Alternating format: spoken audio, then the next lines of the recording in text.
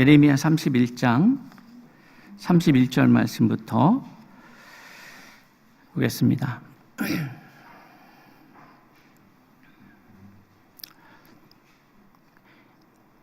여호와의 말씀이니라. 보라, 날이 이르리니 내가 이스라엘 집과 유다 집에 새 언약을 맺으리라. 이 언약은 내가 그들의 조상의 손을 잡고 애굽 땅에서 인도하여 내던 날에 맺은 것과 같지 아니할 것은 내가 그들의 남편이 되었어도 그들이 내 언약을 깨뜨렸음이라. 여호와의 말씀이니라. 그러나 그날 후에 내가 이스라엘 집과 맺을 언약은 이러하니 곧 내가 나의 법을 그들의 속에 두며 그들의 마음에 기록하여 나는 그들의 하나님이 되고 그들은 내 백성이 될 것이라. 여호와의 말씀이니라. 그들이 다시는 각기 이웃과 형제를 가리켜 이르기를 너는 여호와를 알라 하지 아니하리니 이는 작은 자로부터 큰 자까지 다 나를 알기 때문이라. 내가 그들의 악행을 사하고 다시는 그 죄를 기억하지 아니하리라. 여호와의 말씀이니라. 아멘.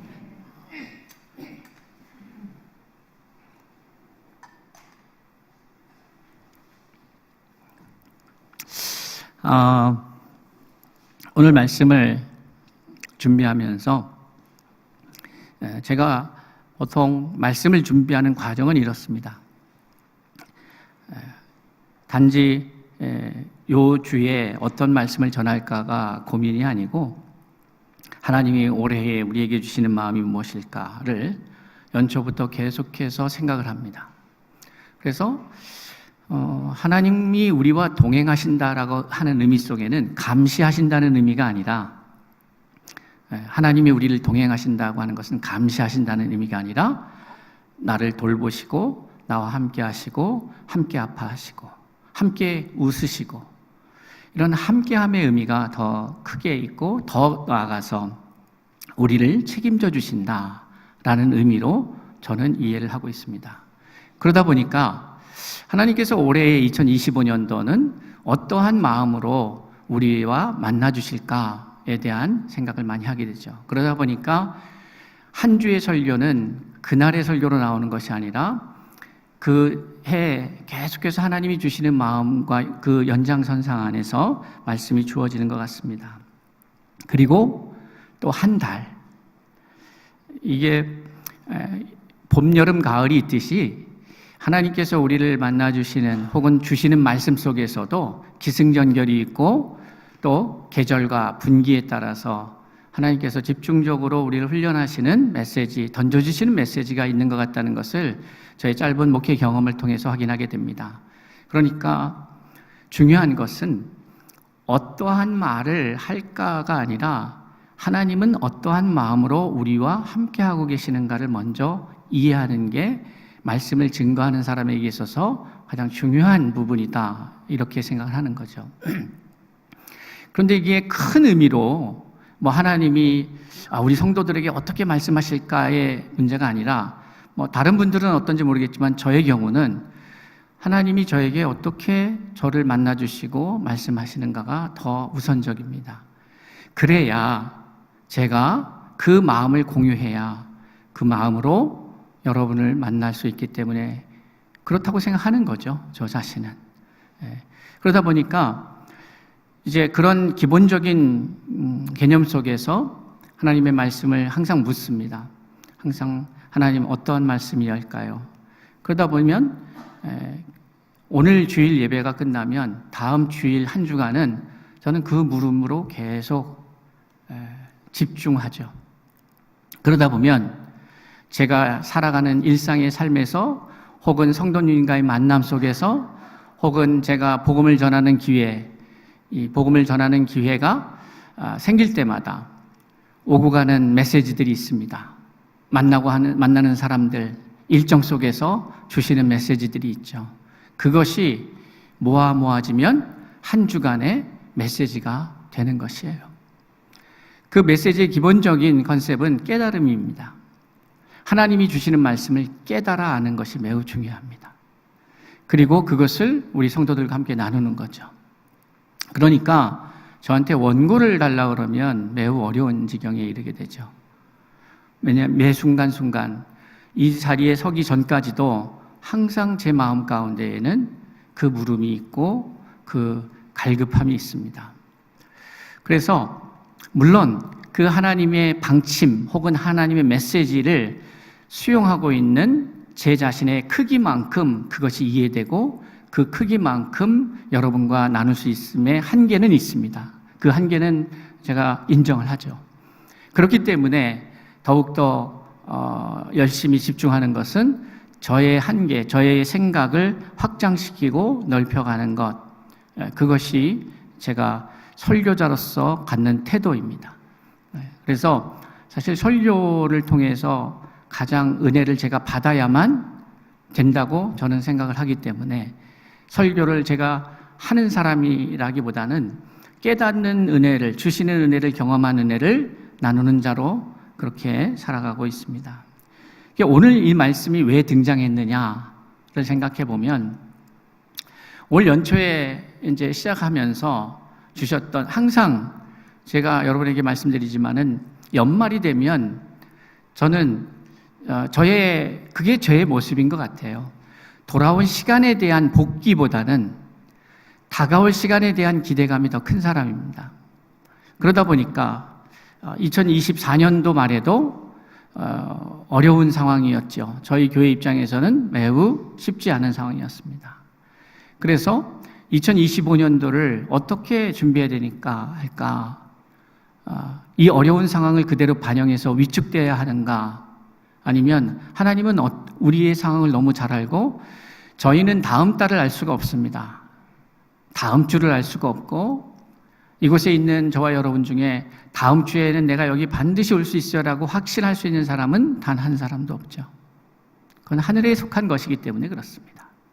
그러다 보니 하나님께서 어떠한 마음으로 우리에게 하루를 허락하시는가, 그것을 알고 그것을 이루어가는 삶이 가장 재밌습니다. 미지에 대한 불안감이 믿지 않는 자들에게 있다면 믿는 자들에게는 똑같은 미지의 세계를 향해 가고 있지 않겠습니까? 그런데 미지에 대한 불안감이 아니라 미지에 대한 설레임이 있는 것이죠. 이 설레임의 근거는 그렇습니다.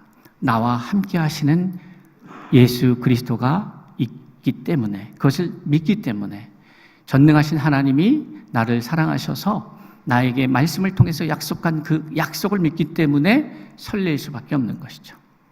다른 데 근거가 있지 않습니다.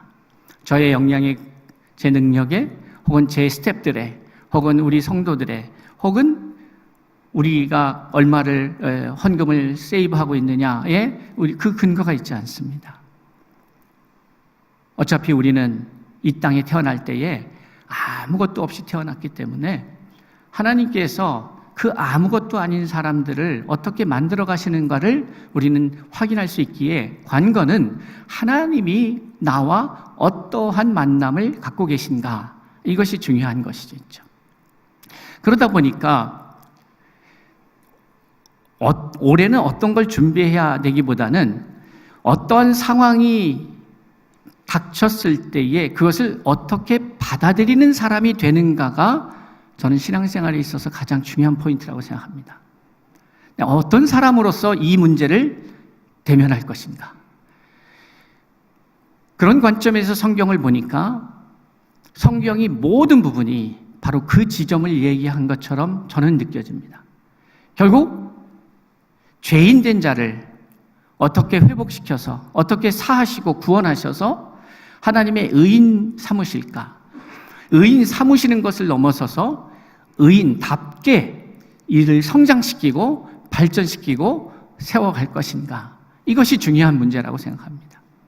그러니까 그 이야기를, 다양한 케이스를 우리에게 소개하면서 우리에게 자신감도 주고, 때로는 구약의 말씀을 통해서는 무엇이 문제였는지를 우리에게 보여주고 있는 거죠. 저는 사실 구약은 그렇게 보여집니다.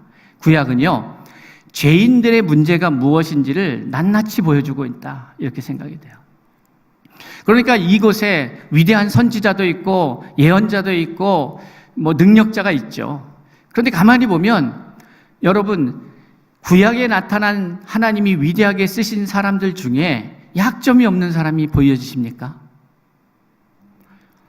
하나님 앞에 위대하게 쓰임받고도 엘리야는 상당한 깊은 우울감에 죽여달라고 하는, 그러니까 지금으로 말하자면 이거는 있을 수가 없는, 어떻게 하나님의 사람이 그렇게 얘기를 할까? 만약에 여러분, 제가 막 이렇게 열심히 뭔가 한다고 막 하다가 나중에 제가 어느 날 갑자기 다 헛된 것 같아요.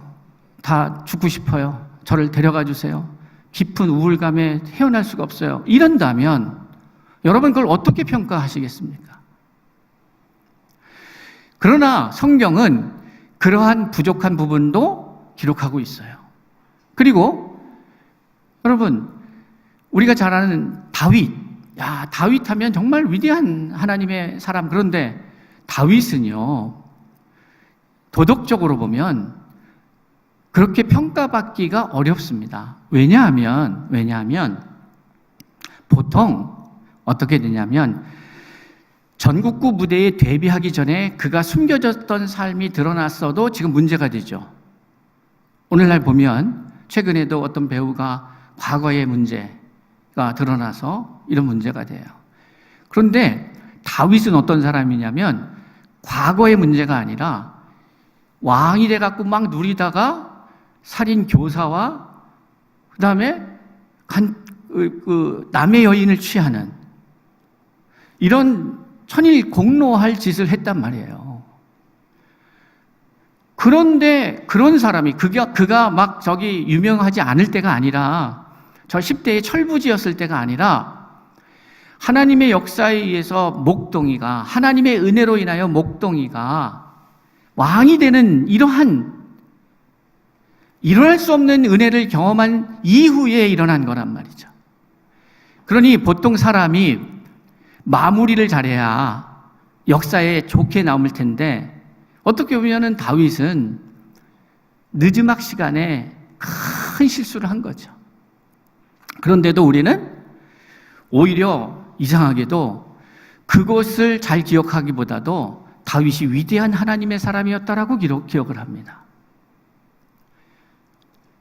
부끄럽지만은. 그러니까 구약의 내용들을 보면 부족하고 연약함이 없는 위대한 하나님의 사람을 찾아보기는 쉽지가 않습니다.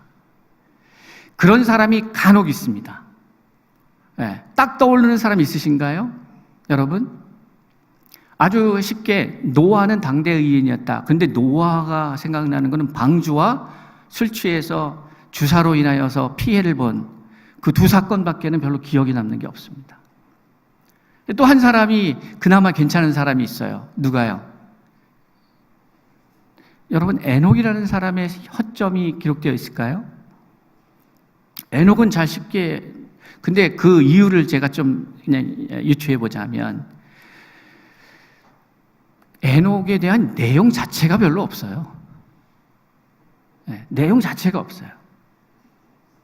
그러니까 구약에 나오는 우리가 뭐 대단하다고 생각하는 사람들이 사실 어떻게 보면 여러분보다도 못한 인생의 이력을 갖고 있는 사람들이 허다합니다. 그렇지 않아요? 그러니까 구약은 죄인이 거듭나지 않은 인간이 얼마나 나약한지를 적나라하게 표현하는 것이 구약이죠. 그런데 그러한 사람을 하나님은 찾아오셔서 세우시고 그들을 통해서 역사하신다는 사실을 기록한 게 구약이에요. 그러면서 한 가지 희망을 거기다 남겨둡니다. 그게 뭡니까? 약속이에요. 자, 그럼에도 불구하고 하나님이 사람과 약속하세요. 그 약속의 그 신빙성 혹은 약속이 잘 이행될 것이라고 하는 것에 대한 기대는 사람에게 있지 않습니다. 왜냐하면 사람들은 전과자예요. 계속해서 이 약속을 하고 어기고, 약속을 하고 어기고, 결단을 하고 어기고, 누구 같아요? 저 같아요. 이제 좀 시원하세요? 제가 저 같아요 하니까? 저 같아요. 결단하고 또 넘어지고, 더 열심히 주님 앞에서 뭘 하자고 했다가 또 넘어지고, 이게 우리의 모습 아니겠습니까? 그런데 그렇게 해서 구약이 끝난다면 거기에는 희망이 없어요. 그런데 예수께서 오셔서 다시 하나님의 찾아오심의 일정이 시작이 됩니다.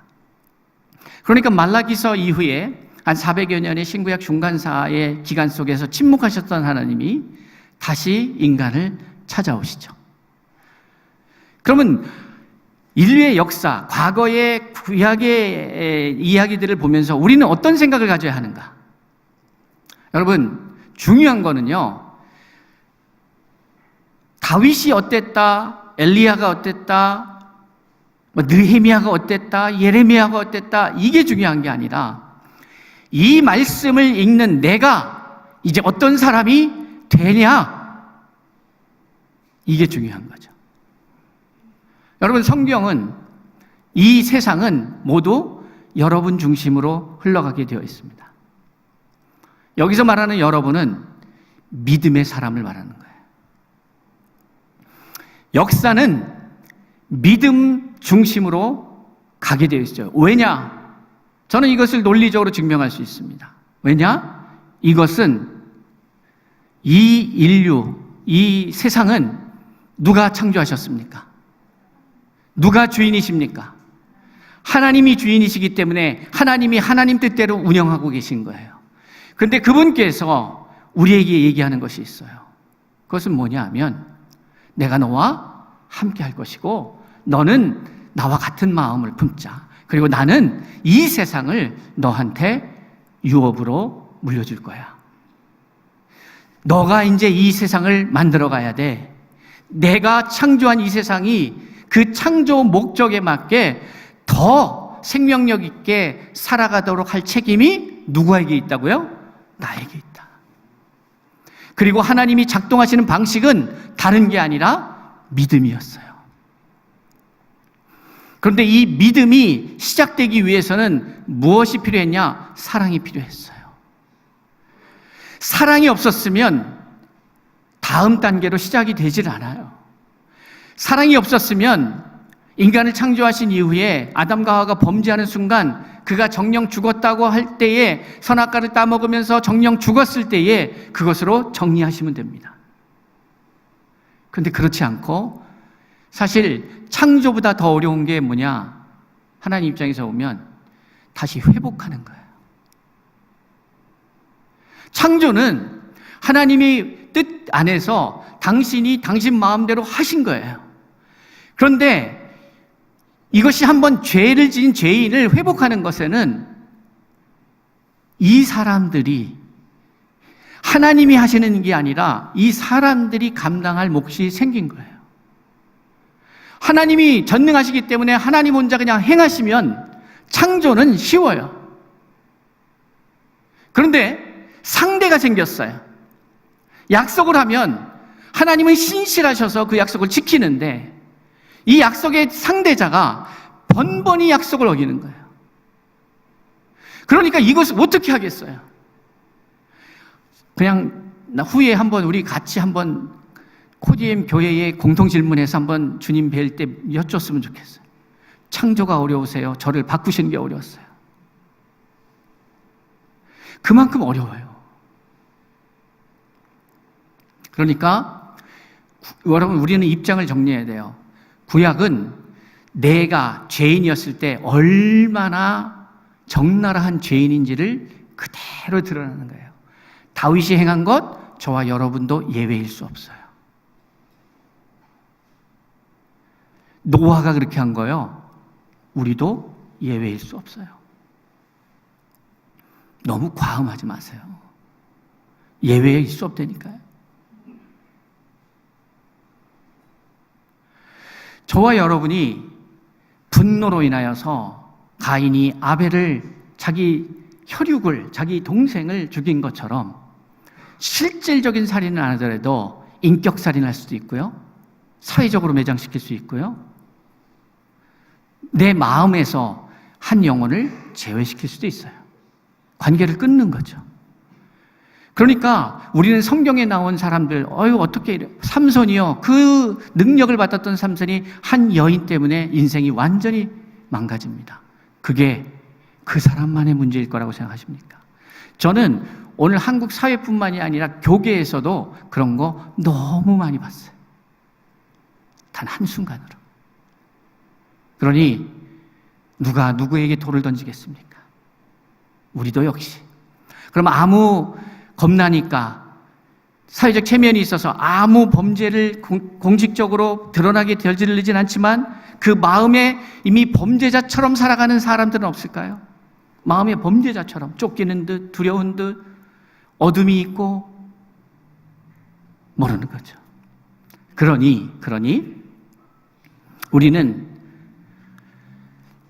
구약의 문제를 안고 이 땅에 태어난 우리가 어떻게 신약에 등장하는 예수 그리스도와 같은 하나님의 아들로서 하나님의 자녀로서 살아갈 수 있을까? 결론적으로는 불가능입니다. 그 불가능을 가능케 하셨기에 은혜라고 이야기합니다. 저와 여러분은 은혜를 받은 자입니다. 그게 불가능한데 우리가 그 은혜를 입은 거예요. 자, 그러면 왜 그 은혜를 주셨는지에 대한 이유도 우리는 자꾸 자격심사로 가요. 여러분, 자격심사, 이유를 묻는, 우리가 무엇을 했기 때문에 하나님이 우리에게 은혜를 베푸셨나? 여러분, 은혜를 얘기할 때는 기본적으로 자격에 대한 이야기는 논외입니다. 자격을 얘기하면 은혜가 형성이 안 돼요. 그러니까 우리는 어떠함이 문제가 아니에요. 이제 우리가 주목해야 될 것은 그 하나님이 왜, 그러니까 누구를 문제는 그건 하나님께 속한 문제잖아요. 우리가 어떻게 해결할 수 있지 않잖아요.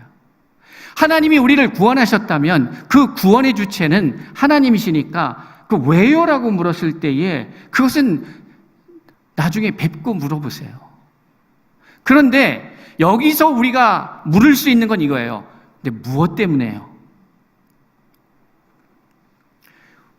왜 저예요가 아니라 그럼 저를 이렇게 부르주시고 은혜를 베푸신 뜻이 무엇이에요? 무엇을 위해서요? 이것은 물을 수 있어요. 그리고 그것은 성경이 이야기하고 있어요. 왜냐? 우리를 자녀 삼으셨고 자녀는 하나님 나라의 상속자다. 이 이야기를 하고 계신 거죠. 자녀와 종은 다르다. 제가 최근에도 이 한 주간에도 이 자녀됨에 대한 이야기를 더 깊이 생각하게 하시면서 여러분들과 만나며 복음을 전하면서 이 이야기와 계속 반복적으로 하나님께서 말씀해 주셨어요. 충동아, 네가 얼마나 죄인인지를 네가 알지. 그런데 내가 널 용서했다. 그리고 목사로 삼고 이제는 이 지구에 생기를 불어넣으라고 너와 함께하는 사람들을 코디엠 교인들과 함께 이 일을 감당하라고 내가 9년 전에 그 마음을 줬다. 그런데 네가 감당할 수 있는 상태도 아니었고 감당할 수 있는 교회도 아니다. 그런데 줬다. 그 이유는 너희들이 하는 게 아니라 내가 하는 거고 내가 하는 이 일에 너희들을 초청한 거야. 이 메시지. 자, 그러다 보니까 우리가 할 수 있는 것은 매우 제한적이지 않겠습니까? 그런데 하나님께서 이 자녀됨의 그 은혜를 입은 자가 이제 자녀다워지고 자녀의 역할을 감당해야 되고 이렇게 하기 위해서는 계속해서 나 자신과 과거의 나와 싸워야 함을 이야기합니다. 그것을 싫어해야 합니다. 아주 증오해야 해요. 여러분, 여러분의 여러분 안에 두 마음이 있다고 바울이 우리에게 소개하고 있는 거예요. 그 두 마음 중 여러분 한 마음이 하나님과 다른 마음이에요. 그러면 이거를 여러분 증오해야 해요. 나 자신이라 할지라도. 내가 그걸 수용하기 시작하면 답이 없어요. 자, 그러니까 자녀예요, 우리는. 종이 아니에요. 그런데 만약에 탕자의 비유처럼 누가복음 15장에 나오는 탕자의 비유처럼 제가 재산을 탁 하나님 앞에 챙겨서 나가서 엉망으로 쓰고 돌아왔어요. 아버지는 성경에 보니까 어떤 마음이냐면 수천 년 동안 저희에게 보여주시는 그 아비의 마음이 뭐냐면, 내가 널 기다렸다. 너가 나가는 순간부터 나는 네가 언제 돌아올까 내가 기다렸다. 그게 아버지의 마음이에요. 그래서 잔치를 벌였어요. 소도 잡고 밴드를 동원했는지 어땠는지 모르겠지만 어쨌든 막 신났어요. 너무 즐거워. 이 즐거움을 어떻게 할 수가 없어. 그런데 그 잔치집이 두 사람에 의해서 초상집 같은 분위기가 된다면 그건 어떻게 됩니까? 여러분, 두 사람이 누구예요? 큰아들. 막 아버지가 잔치를 벌여놓고 있는데 얼굴 똥 씹은 얼굴 하면서 막 인상 팍팍 쓰면서, 아버지 나는 그렇게 죽도록 일했는데 나를 위해서는 뭐 아무것도 안 해주고 다 네 건데 뭘. 아버지 이렇게 얘기하니까 그래도 그 분을 참을 수가 없는 거예요. 그러면 한 사람이라도 그 잔치집에 한 사람이라도 그런 얼굴을 하고 있으면 거기가 잔치집이 될 수가 없죠. 그리고 또 한 사람, 용서받은 사람이 복귀했어요. 그리고 아버지 앞에 환영을 받았어요. 그런데 아버지가 환영해 주는 것이 너무 부담스러운 거예요. 왜 부담스러워요? 자기가 지은 죄가 있으니까. 양심은 있으니까. 우리가 그런 말들 많이 해요. 하나님 찾아뵙기가 면목이 없다고. 무슨 면이 그렇게 많다고 면목이 없을까요? 그러니까 큰아들이 인상을 쓰고 있으면 그게 잔치집이 더 이상 될 수가 없고, 또 주인공인 그 자녀가, 둘째가, 돌아온 자녀가 아버지가 그를 위해서 잔치를 베풀었는데 들어와 갖고는 인상 쓰면서 하는 형도 보기가 싫고, 또 자기를 섬기고 있는 종들도 진짜 면목이 없지. 내가 창피하지. 종들 보기에. 아버지를 볼 수가 없으니까 눈을 못 마주치는 거예요. 자, 이런 상황이라면 여러분 어떨 것 같습니까? 잔치집이 될 수가 없죠, 거기가. 여러분, 99마리, 한 마리 비유를 우리는 어떻게 이해하시나요? 그 한 마리가 있는 이상 99마리가 이 주인의 마음을 완벽하게 기쁘게 할 수가 없습니다.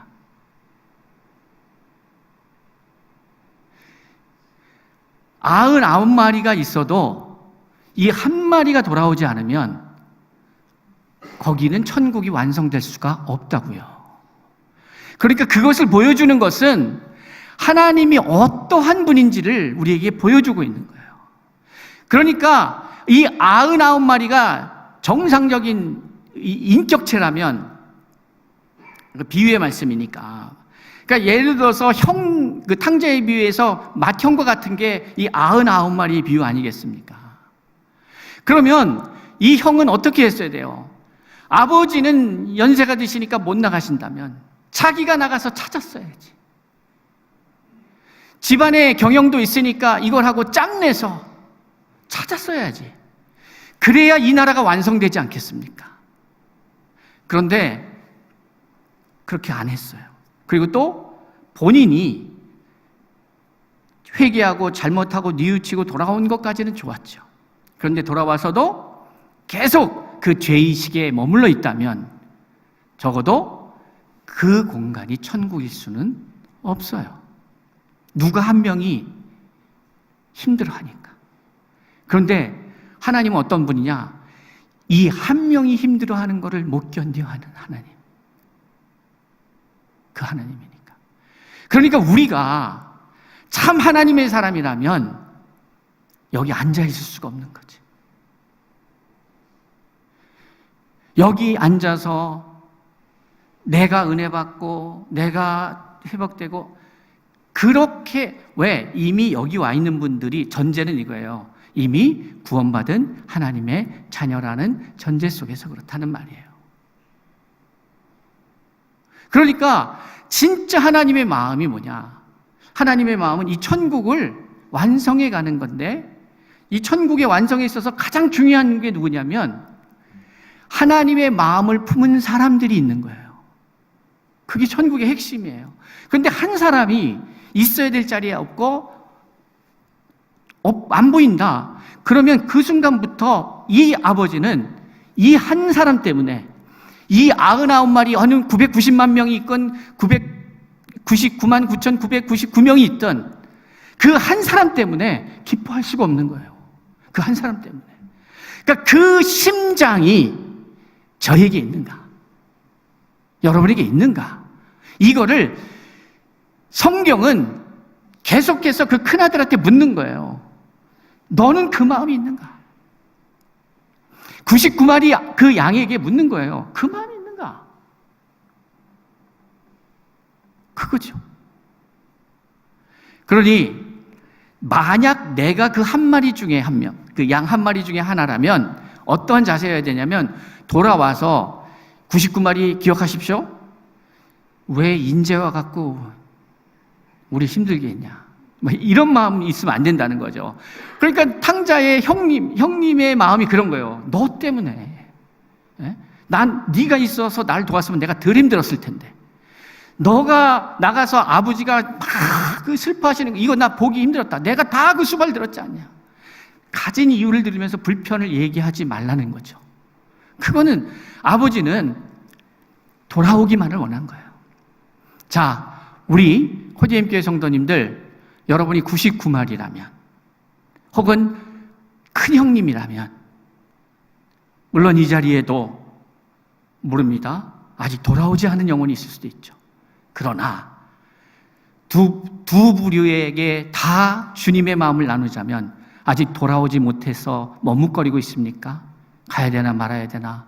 내가 교회를 20-30년 다녔는데도 아직도 이 얘기에 머물러 있다는 것은 진짜 창피한 일인데 내가 가야 되나? 그렇게 생각하지 말라고요. 기다리는 자의 그 안타까움을 헤아려 주십시오. 그리고 이미 집안에 있던 분들은 그 영혼이 돌아오면 한판 따지자고 하지 말고 돌아오기만 해. 이러한 마음을 우리 코디엠 교회 성도들이 함께 가집시다. 그 마음이 되게 중요합니다. 그러면 어떤 일이 벌어지느냐? 그 마음을 갖는 사람이 대단히 행복하다는 표현보다는 근심과 염려와 모든 것으로부터 자유케 됩니다. 여러분, 하나님이 우리를 창조하셨다는 것을 믿으셔야 해요. 그렇기 때문에 그분이 우리를 만드셨기 때문에 그분의 말씀대로 살 때가 가장 행복하게 살아가도록 만들어졌다는 사실을 인정해야 합니다. 여러분의 경험, 그 수십 년, 백 년도 안 되는 경험을 근거로 인생을 계획하시면 안 돼요. 하나님을 신뢰해야 돼요. 그래서 하나님의 말씀대로 사는 게 가장 위대한 삶이라는 것을 인정해야 돼요. 오늘 목적은 그겁니다. 성경은 그 사람을 만드는 게 하나님의 목적이에요. 그래서 오늘 새 언약을 세우시는 거예요. 새 언약을 세우시는. 왜? 기존의 언약을 통해서 그러니까 구약을 통해서 얼마나 인간이, 죄인이 형편없고 약속이 밥 먹듯이 그냥 어기고 믿을 수 없는 존재가 그러한 존재라는 것을 먼저 번 약속을 통해서 확인했어요. 이제 그건 검증이 됐어요. 더 이상 여지가 없는 거예요. 여러분, 저와 여러분이 말씀 밖에서, 하나님 밖에서 죄인으로서 살아갈 때 저와 여러분은 그거는 뭐 고려할 대상도 안 돼요. 우리는 그냥 영원히 죽을 수밖에 없어요. 그리고 의롭지 않아요. 제가 아무리 거룩한 척해도 제 안에 죄성이 있어요. 그러니 이것이 죽어야 돼요. 그러니까 오늘의 본문의 말씀은 결국은 예레미야서가 뭡니까? 돌아와라. 내가 너희를 심판할 수밖에 없는 상태에 이르렀다, 너희들이. 네, 지금 앞에 말씀드린 그 내용이에요. 구약의 모습이에요. 돌아와. 근데 안 그래? 심판할 수밖에 없어. 그 심판에 대한 당위를 얘기하죠. 그러면서도 아파하시는 거예요. 그 아파하신 하나님이 느껴져요. 얼마나 힘들어 하시는지. 그러니 이제 내가 다시 너희를 회복할 거야. 그 메시지가 예레미야의 메시지예요. 그러면서 새 언약을 허락 주시는 거죠. 야, 이제 너희들이 이러한 존재라는 거 알았지? 이제 내가 새롭게 너희들하고 언약을 맺는다. 그러면서 뭐라고 말씀하세요? 31절 말씀, 여호와의 말씀이니라. 보라, 날이 이르리니 내가 이스라엘 집과 유다 집에 새 언약을 맺으리라. 이 언약은 내가 그들의 조상들의 손을 잡고 애굽 땅에서 인도하여 되던 날에 맺은 것과 같이 아니한다. 그러니까 이제 그 새로 언약이 맺었다는 것은 기존의 언약은 파기된 겁니다. 그거는 이제 의미가 없어요. 그러니까 여러분이 구약에 머물러 있으면 안 돼요. 그거는 이미 파기가 됐어요. 그러니까 구약의 의미는 이거예요. 우리가 얼마나 못됐는지를 확인해 주는 거예요. 그런데 그거는 더 이상 파기된 거기 때문에 저와 여러분하고 관계가 없어요. 새 언약이 왔습니다. 그러나 그날 후에 내가 이스라엘 집과 맺을 언약은 이러하니 곧 내가 나의 법을 그들의 속에 두며 그들의 마음에 기록하여 나는 그들의 하나님이 되고 그들은 내 백성이 될 것이라. 여호와의 말씀이니라. 자, 사랑하는 성도 여러분, 이제 말씀이 내 안에 있습니다. 여러분, 말씀이 여러분 안에 있다라는 것은 여러분과 말씀이 분리될까요? 분리되면 안 되는 거죠. 그러면 그걸 뭐라 그래요? 이중인격이죠.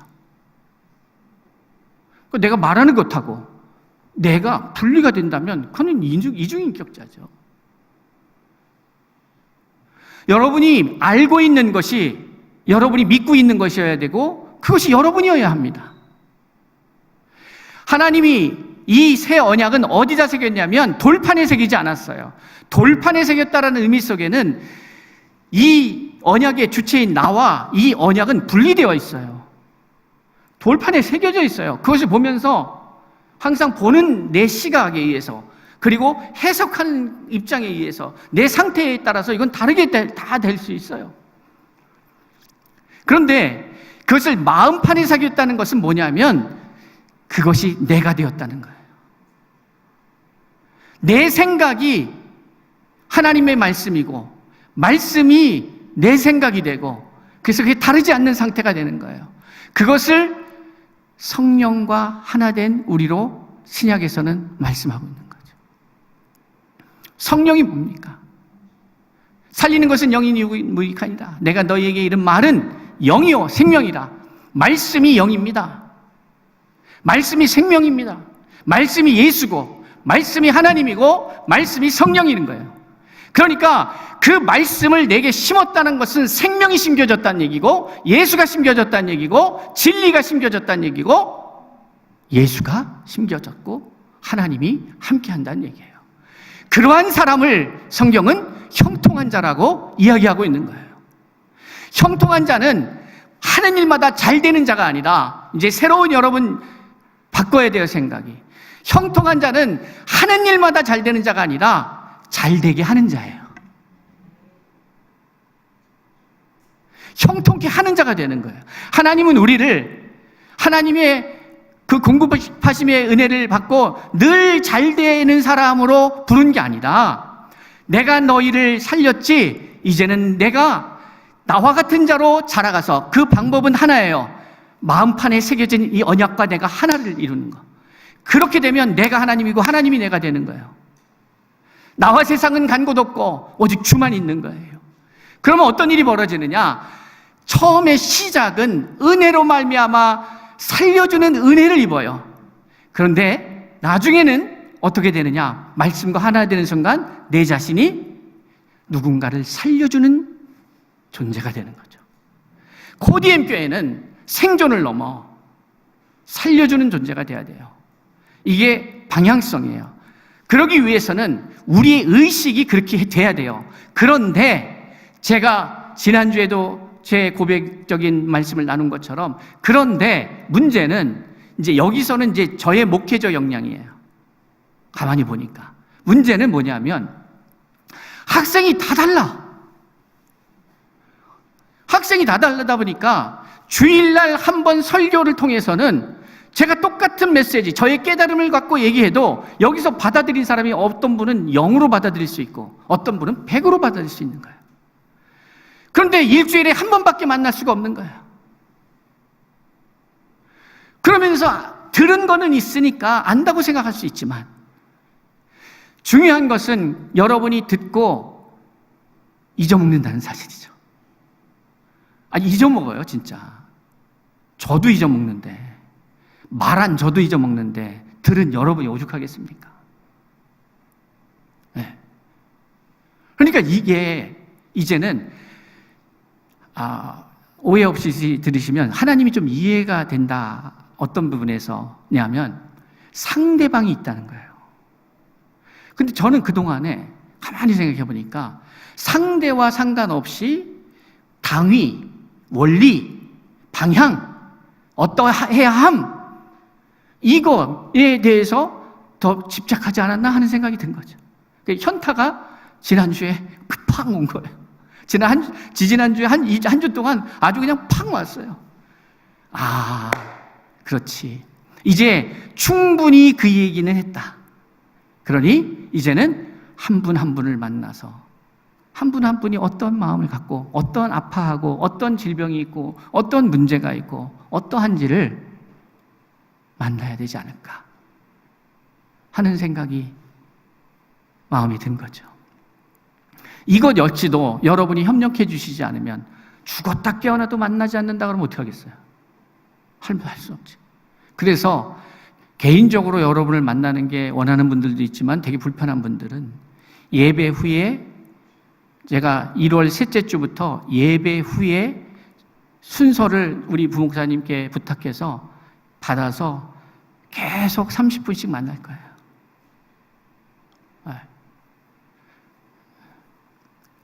그 이유는 하나예요. 이제 이게 영혼을 사랑하는 마음으로 목회를 해야지 어떤 사명을 이루겠다고 어떤 일을 해보겠다고 주의 일, 거룩한 일, 그건 다 부질없는 짓이다.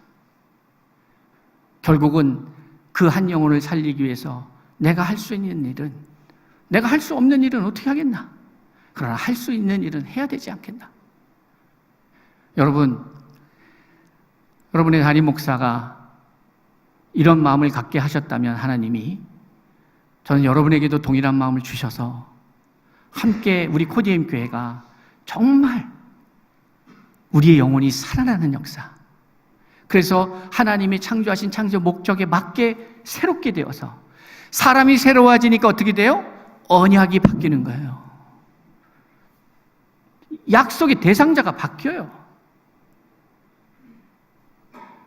이제 새 언약, 하나님이 당신을 우리 마음판에 새기겠다, 당신의 생각을 우리의 마음판에 새기겠다, 그 얘기를 이제 내가 너와 하나 되길 원한다, 이렇게 이해하시고 오늘 이 말씀을 보면서 명확하게 하셔야 합니다. 이제 새 언약이 발동됐으니 옛 언약은 폐기된 거다. 폐기된 거예요. 거기에 집착하거나 그 생각에 머물지 마십시오. 특히 오래 신앙생활 하신 분들은 여기에 예전에 그것에 집착되어 있는 게 너무 많아요. 그래서 새로운 것들을 받아들이기가 어려워요. 이게 실제예요. 그러니까 여러분에게 도움 구하는 건 다른 게 아니에요. 여러분의 생각을 열어주셔라. 이것도 한번 받아보자. 내가 한번 목사를 만나보자. 나의 실질적인 문제를 갖고 정말 깊이 이야기해보자. 그래서 나의 영혼을 갖고 가보자. 무엇으로? 하나님 나라의 후계자로, 하나님 나라를 완성해갈 그러한 존재로 우리가 우리 자신을 한번 만들어 가보자. 이것이 2026년도에 우리 코디엠 교회 성도와 목사의 모습이었으면 좋겠습니다.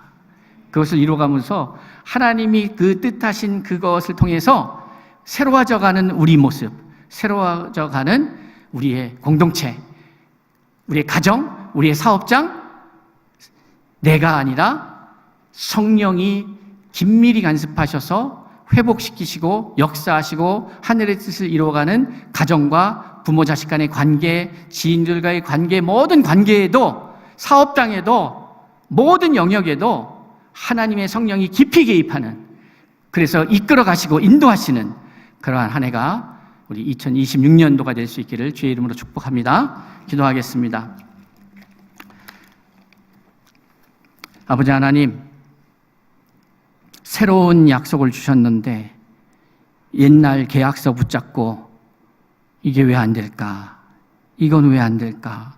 고민하지 않게 하여 주시고, 새로운 약속 붙잡고 그것에 전념하여 새로운 약속을 누리는 우리 고디엠의 식구들 되게 하여 주옵소서. 감사하며 예수님의 이름으로 기도합니다. 아멘.